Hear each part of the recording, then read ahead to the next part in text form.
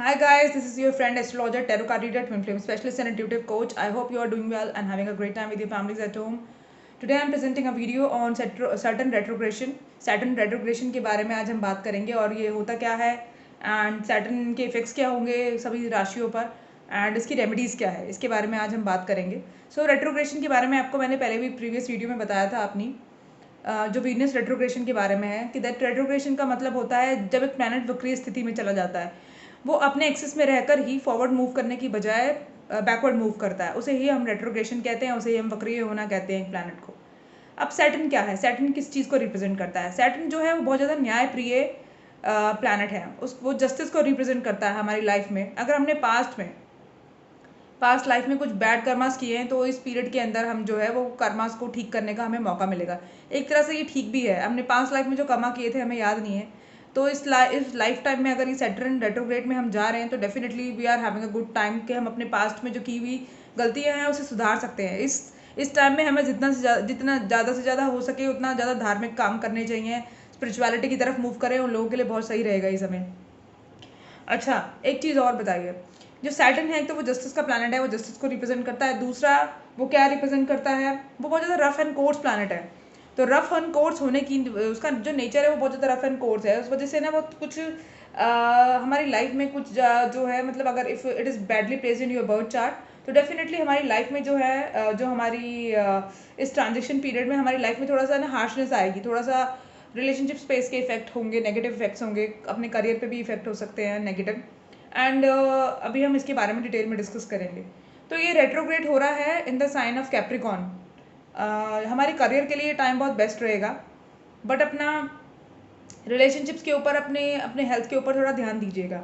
तो आप देखते हैं कि इसके इफ़ेक्ट्स क्या होने वाले हैं.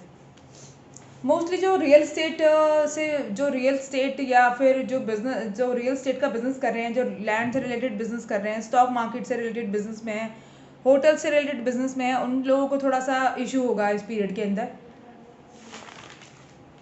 ठीक है. अच्छा, अब क्या है कि हमारी जो ये सैटर्न जो है रिप्रेजेंट करता है जस्टिस को. तो हमारे जो लॉज हैं, कंट्री के लॉज हैं, या हमारे जो सेंटर के लॉज हैं, सेंट्रल के और स्टेट के लॉज हैं, वो शायद चेंज हो सकते हैं. हमें उसमें चेंज देखने को मिलेगा.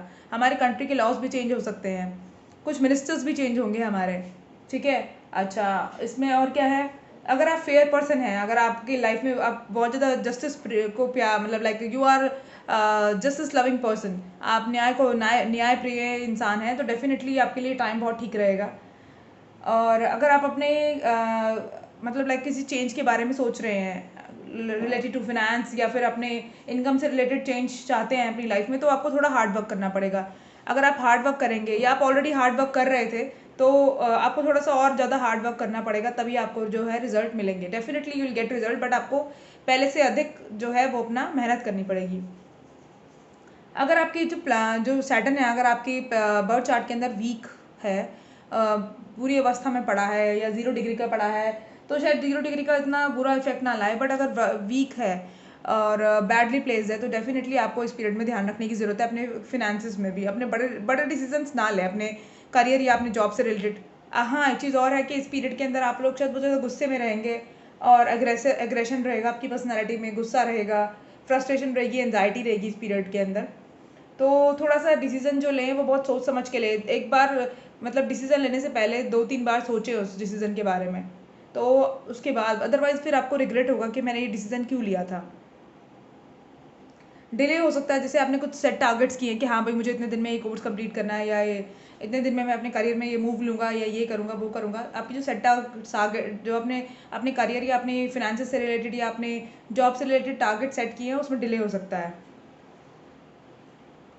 अच्छा, और क्या देखने को मिलेगा हमें इसके अंदर, अपने जो कोर्ट केसेस के अंदर जो इन्वॉल्व है लोग, जिनके कोर्ट केसेस चल रहे हैं, कोर्ट के अंदर जिनके केसेस चल रहे हैं, उनको शायद अगर आपका जो प्लानट जो मतलब आपका जो सैटर्न है वो अगर वो बुरी अवस्था में है आपके बर्थ चार्ट के अंदर, तो वो शायद अपने कोर्ट केसेस हार सकते हैं. बट अगर वो बहुत अच्छी जगह पे प्लेस्ड है तो definitely you will get a justice in your court cases. जो आपको कोर्ट केसेस हो रहे हैं उनके अंदर आपको जस्टिस मिलेगा. कॉन्ट्रैक्ट ना करें किसी के साथ भी. नए कॉन्ट्रैक्ट जो आपके पुराने कॉन्ट्रैक्ट्स थे वो तो ठीक है, बट जो अगर आप नए कॉन्ट्रैक्ट्स के बारे में सोच रहे हैं, बिजनेस कॉन्ट्रैक्ट्स के बारे में, जॉब कॉन्ट्रैक्ट्स के बारे में, या किसी भी तरह के कॉन्ट्रैक्ट के बारे में अगर आप सोच रहे हैं तो उनको अवॉइड कीजिए. आपका जो कॉन्फिडेंस है उसके अंदर आपकी जो कमी आ सकती है। और अपनी जो प्रॉब्लम्स हैं अगर आप उनको ब्रेवरी से डील करेंगे, अगर आप पीठ दिखा के भागेंगे नहीं अपनी प्रॉब्लम से, या अपनी प्रॉब्लम के सामने हथियार नहीं डालेंगे, तो डेफिनेटली उनको बहुत हिम्मत से टैकल करेंगे तो ये पीरियड आपके लिए बहुत अच्छा रिजल्ट ला सकता है। नेगेटिविटी से दूर रहें, क्योंकि अगर आप ऑलरेडी नेगेटिव हैं तो ये पीरियड तो और आपको नेगेटिव कर देगा, आप डिप्रेशन में भी जा सकते हैं। तो इस चीज़ को थोड़ा ध्यान में रखें, नेगेटिव चीज़ों से बचें, बहुत ज़्यादा मेडिटेशन करें अगर आपको नेगेटिविटी फील होती है, पानी पिएँ, स्पिरिचुअलिटी की तरफ मूव लें। ये पीरियड स्पिरिचुअल चीज़ों के लिए बहुत अच्छा है, क्योंकि ये सैटर्न का टाइम है और सैटर्न जो है जस्टिस लविंग होता है, और ये थोड़ा रफ एंड कोर्स प्लैनेट भी होता है। तो अगर जितना आप धार्मिक काम करेंगे, और जस्टिस से रिलेटेड ये होता है, इसलिए मैं कह रही हूँ क्योंकि पास्ट लाइफ में अगर आपके बैड कर्मास आपने किए हैं जो कि हमें याद नहीं होते किसी को भी, और इस टाइम में अगर आप उन चीज़ों मतलब जितना ज़्यादा धार्मिक काम करेंगे तो उतने अगर आपके पास में कुछ बुरे कर्म भी आपने किए होंगे तो वो हील हो जाएंगे इस कर्म में, आपको अच्छा रिजल्ट मिलेगा आगे फ्यूचर में उसका।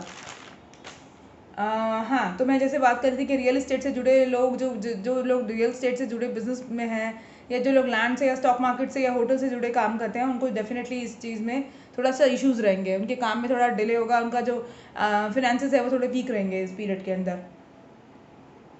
और हम क्या देख रहे हैं कि हाँ, अगर आप जो है फ़ॉरेन जाने के लिए चाहते, कुछ लोगों ने वीज़ा अप्लाई किया है फ़ॉरेन जाने के लिए, या आप बहुत टाइम से फ़ॉरेन जाने के लिए सोच रहे हैं, तो शायद उसमें भी डिले हो सकता है। सपोज़ कीजिए अगर आप कहीं घूमने जाना चाहते हैं फ़ॉरेन, आपने सपोज़ कीजिए आप इंडिया में रहते हैं and you want to go to US या फिर यूएई में जाना चाहते हैं, यूके में जाना चाहते हैं, रशिया, जापान, किसी भी कंट्री के लिए अगर आप फ़ॉरेन कंट्री के लिए आप जाना चाहते हैं, तो आपका जो टिकट अगर आप बुक करेंगे तो वो 1 या 2 बार या 3 बार रिजेक्ट हो सकती है। तो फ्रस्ट्रेट ना हो, ये पीरियड ऐसा है, आप ट्राई करते रहें, आपकी टिकट बुक हो जाएगी। अदरवाइज़ आप टिकट बुक करने से पहले 2 या 3 बार नहीं सोचेंगे तो डेफिनेटली आपको लगेगा कि मैंने ये डिसीजन क्यों लिया।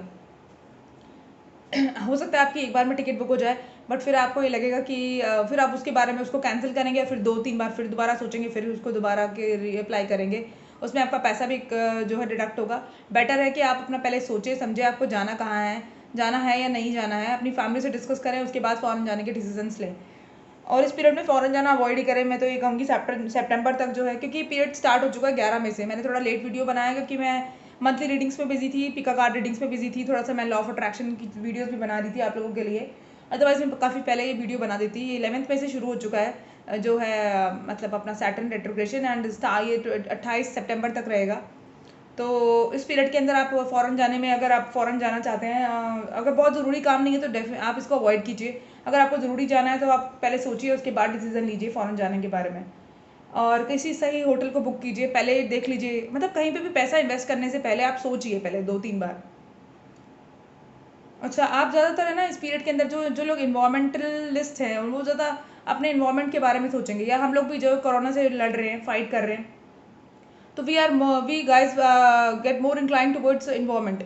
हम लोग सभी ना जितने भी जो है मतलब at large, public at large, वो ज़्यादातर इन्वायरमेंटल के कार्य में बिजी रहेंगे कि भाई ये सुधारना है, यहाँ पेड़ लगाना है, ये पॉल्यूशन, ये बर्ड पालन और ये सब चीज़ों के अंदर बहुत ज़्यादा उनका इंक्लाइन रहेगा। दूसरा क्या है कि आपके बेस्ट फ्रेंड से आपके बीच में तनाव रह सकता है। अपने स्पाउस से इस पीरियड में मत लड़िए, अपने स्पाउस के साथ नेगेटिव मत होइए, आपके लिए जो है घातक हो सकता है, क्योंकि जस्टिस लविंग प्लैनेट है। If you are going against your spouse, चाहे वो हस्बैंड है चाहे वो वाइफ है, अगर आप अपने उनके साथ स्पाउस के साथ अपने टर्म अच्छे नहीं रख रहे तो डेफिनेटली आपके लिए ये घातक हो सकता है। तो ज़रा इसका ध्यान रखिएगा। अपने बेस्ट फ्रेंड के साथ, चाहे आपका कोई भी बेस्ट फ्रेंड है, चाहे वो फीमेल है या मेल है, उनके साथ आपके टर्म्स जो है वो शायद थोड़े से इफेक्ट हो सकते हैं, उनके साथ बैड टर्म्स आपके हो सकते हैं, तो उसका भी ध्यान रखना है। खर्चे को थोड़ा खर्चों पे थोड़ा रोकथाम लगाइए, खर्चे थोड़ा संभाल के कीजिए। अदरवाइज अगर आपने बेलगाम होकर काफ़ी खर्चे किए तो बाद में आपको रिग्रेट होगा, और या आपके अननेसेसरी जो एक्सपेंडिचर भी हो सकते हैं इस पीरियड के अंदर। तो ज़रा सोच समझ के अपने पैसों को खर्च कीजिए। और जो आपके डैड हैं, आपको उनके अपने डैड की जो सेहत की चिंता रहेगी इस पीरियड के अंदर। डेफ़िनेटली वो किसी न किसी बीमारी से बीमारी उनकी उभर सकती है पुरानी, और आपको शायद उनकी हेल्थ की इशू रहेगा। या अगर आप खुद भी अपना मतलब आप बीमार हैं, मतलब आप बहुत टाइम से ठीक, मतलब आपकी सेहत पे कोई आपकी हेल्थ ठीक है और आपका कोई इशू नहीं था, तो सडनली इस पीरियड के अंदर आपकी जो पुराने बीमारियां हैं वो उभर सकती हैं। तो अपनी हेल्थ का ध्यान रखिए इस पीरियड के अंदर।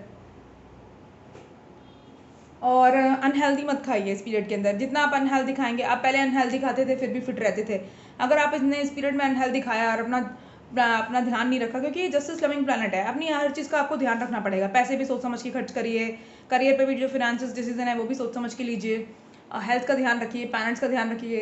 तो ये चीज़ें थोड़ा आपको संभल के करनी पड़ेगी। अगर आपने अपना जो मतलब लाइक अपनी सेहत का ध्यान नहीं रखा, आपने हेल्दी नहीं खाया, तो आप इस पीरियड के अंदर काफ़ी अपनी बीमारियों को झेल सकते हैं। मतलब आपके ऊपर काफ़ी जो है बीमारियाँ अटैक कर सकती हैं। दूसरा एक चीज़ मैं ये कहूँगी कि आपके जैसे आपने किसी से लोन लिया हुआ है, ठीक है, तो लोन देने, अगर आपने काफ़ी टाइम से किसी से लोन लिया हुआ है, तो ये पीरियड जो है उसमें आप ये लोन रीपे कर दीजिए, अदरवाइज आपको आगे जाके चल के प्रॉब्लम होगी। आपने अगर किसी का पैसा मारा हुआ है, आप उसका पैसा देने की इंटेंशन नहीं है आपकी, तो इस पीरियड में उनका पैसा वापस कर दीजिए, अदरवाइज आपको इश्यूज हो सकते हैं, फाइनेंसिस से रिलेटेड आपको इशू हो सकते हैं इस पीरियड के अंदर। अच्छा, दूसरा चीज़ मैं ये कह रही थी कि ये तो हो गई आपकी फाइनेंसिस के बारे में। रिलेशनशिप्स के अंदर क्या होगा? रिलेशनशिप्स में ये होगा कि अगर आप किसी से कमिटमेंट मांग रहे हैं इस पीरियड में, तो मत मांगिए। कमिटमेंट में इश्यूज हो सकते हैं आप दोनों के बीच में, आप लोगों के जो रिलेशनशिप्स है उसमें झगड़े भी हो सकते हैं। अगर आप गर्लफ्रेंड बॉयफ्रेंड के रिलेशनशिप में हैं तो उसमें थोड़ा सा इश्यूज रहेंगे, झगड़े भी हो सकते हैं, आप लोग के बीच में मिसअंडरस्टैंडिंग भी हो सकती है। हाँ, बट आपका बहुत पुराना रिलेशनशिप है, उसमें कोई मिसअंडरस्टैंडिंग नहीं है, उसकी जो मतलब लाइक क्या कहते हैं, उसकी नींव काफ़ी स्ट्रॉन्ग है, उसका जो मतलब फाउंडेशन है वो स्ट्रॉन्ग है, तो उस रिलेशनशिप में शायद इतना फ़र्क ना पड़े। इनफैक्ट आपके रिलेशनशिप में और इंप्रूवमेंट आएगी। बट अगर आपके नए नए रिलेशनशिप हैं, आप एक दूसरे को ठीक से जानते नहीं हैं, तो मिसअंडरस्टैंडिंग से बचिए एंड अपना क्या कहते हैं, लड़ाई झगड़ों से बचिए। कोई आपको भड़का भी सकता है एक दूसरे के अगेंस्ट, उससे भी बचिए, किसी की बातों पर विश्वास मत कीजिए। तो ट्रांसपेरेंसी रखिए अपने रिलेशनशिप्स में, ये है। और किसी को अपने मतलब लालच के लिए पाइए मत, ना ही अपना किसी किसी किसी के साथ धोखाधड़ी करने के लिए सोचिए, वरना ये जो पीरियड है सैटर्न का, ये मतलब बहुत ही ज़्यादा घातक साबित हो सकता है। धन लाभ में कुछ लोगों को दिक्कत आएगी, कुछ आपके, मैंने कहा जैसे पहले भी कि धन लाभ में दिक्कत आने के चांसेस हैं। अगर आप हार्ड वर्किंग नहीं है, आप सोचते हैं कि बस थोड़ी सी मेहनत करनी पड़े और सब कुछ मिल जाए, तो definitely you will not get anything in return in this period. आपको सडनली कुछ राशियों के लिए मैं देख रही हूँ कि कुछ राशियों को सडनली आपको क्या होगा कि एंसेस्ट्रल प्रॉपर्टी से आपको कोई मतलब आपकी कोई पूर्वज आपके लिए कोई प्रॉपर्टी छोड़ के गए हैं, सडनली आपको पता चलेगा कि वो उन्होंने आपके नाम कर दी है। या आपको कहीं ना कहीं से कोई ना कोई चाचा या किसी भी और रिलेशनशिप में अगर आपके आपके अच्छे टर्म्स है, तो डेफिनेटली आपको ऐसा इस पीरियड के अंदर एंसेस्ट्रल प्रॉपर्टी मिल सकती है। आपकी माँ की सेहत का ध्यान रखिएगा, क्योंकि आपकी माँ की सेहत जो है वो ख़राब हो सकती है, क्योंकि ये साइन ऑफ कैप्रिकॉर्न में 10th हाउस में बैठ के 4th हाउस को देखेगा। 10th हाउस में अगर इसने बैठा तो आपके करियर के लिए तो ठीक होगा, ये जो लोग हार्ड वर्किंग है उनके लिए करियर के लिए ठीक होगा, बट ये 4th हाउस को देखेगा, तो डेफिनेटली आपकी जो मॉम की हेल्थ है वो थोड़ा इफेक्ट हो सकती है। तो अपनी माँ की सेहत का ख्याल रखिए, उनसे कहिए कि हेल्दी खाए, एक्सरसाइज करे और प्रॉपर एडिक्वेट डाइट ले, सोए ठीक ठाक से। एंड सो गाइज, ये मेरे कुछ एनालिसिस थे आप लोगों के लिए मैं लेकर आई थी, and I hope you like this analysis of Saturn retrograde. So if you like it, please share कीजिए, सब्सक्राइब कीजिए मेरे चैनल को, कमेंट कीजिए, लाइक कीजिए। एंड मेरी जो कम्युनिटी जो मेरा चैनल है, मेरी कम्युनिटी जो बनी है, उसको ग्रो करने के लिए हेल्प कीजिए। Thank you so much, have a great day ahead, and अपनी सेहत का ध्यान रखिए। बाय।